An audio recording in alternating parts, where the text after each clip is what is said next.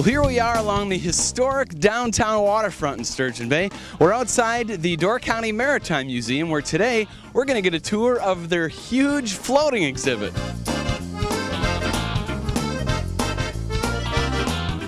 Good sir, here's my boarding pass that I got inside. How are you doing today? Oh, not too bad. Welcome aboard to John Purves. Thank you, it's great to be here. This is Bob Perlowitz. He's going to be our docent for our tour today.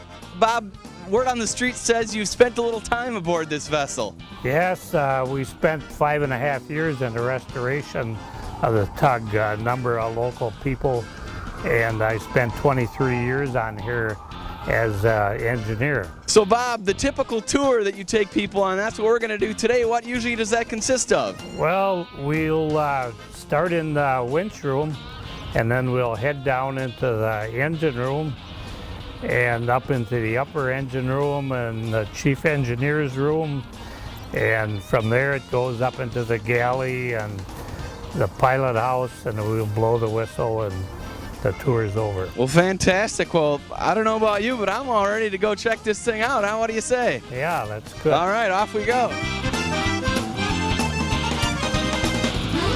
The tug John Purves was donated to the Maritime Museum by the Andrew Corporation in Muskegon, Michigan in 2003. A number of volunteers worked to bring it back to the way it was in 1957 when the tug was repowered from steam to diesel. This is the winch, and it's powered by this huge electric motor, and there's 2,000 feet of 2-inch steel cable on there, and it's very expensive. And we have some marks on the chart here that shows you the different lengths of tow line that we would use on different lakes and the rivers.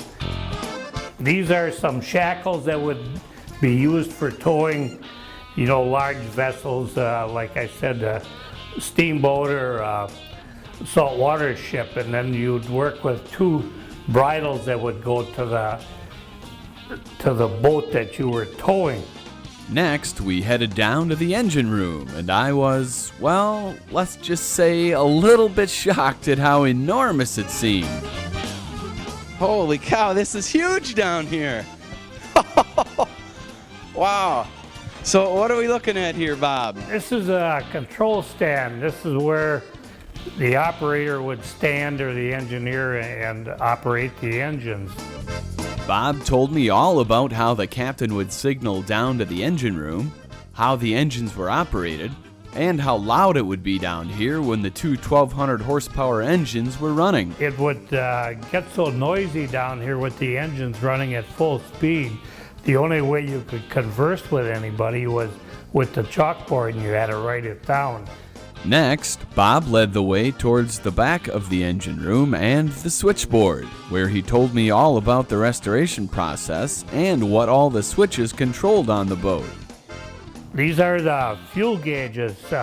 Every tank has got a separate fuel gauge, and you can see we have a number of different gauges, and we carry over 50,000 gallons of fuel. After a brief stop in the upper engine room, we headed up to check out the chief engineer's quarters. Yeah, this is the chief engineer's quarters. This is one of the nicer rooms on the boat. It was pretty noisy back here with the engines running and everything.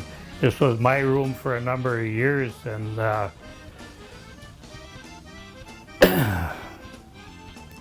it brings back a lot of memories. Next, it was off to the galley, where I got to see several historical photos of the boat, and Bob talked about its fascinating history since it was first built as a steam tug in 1919. The pilot house was our last stop on the tour, and Bob talked about several items here, including the ship's wheel, the ship's telegraph, the chart table, and how they refinished everything in the pilot house to look like it would have back in the 1950s. I even got to toot the ship's horn.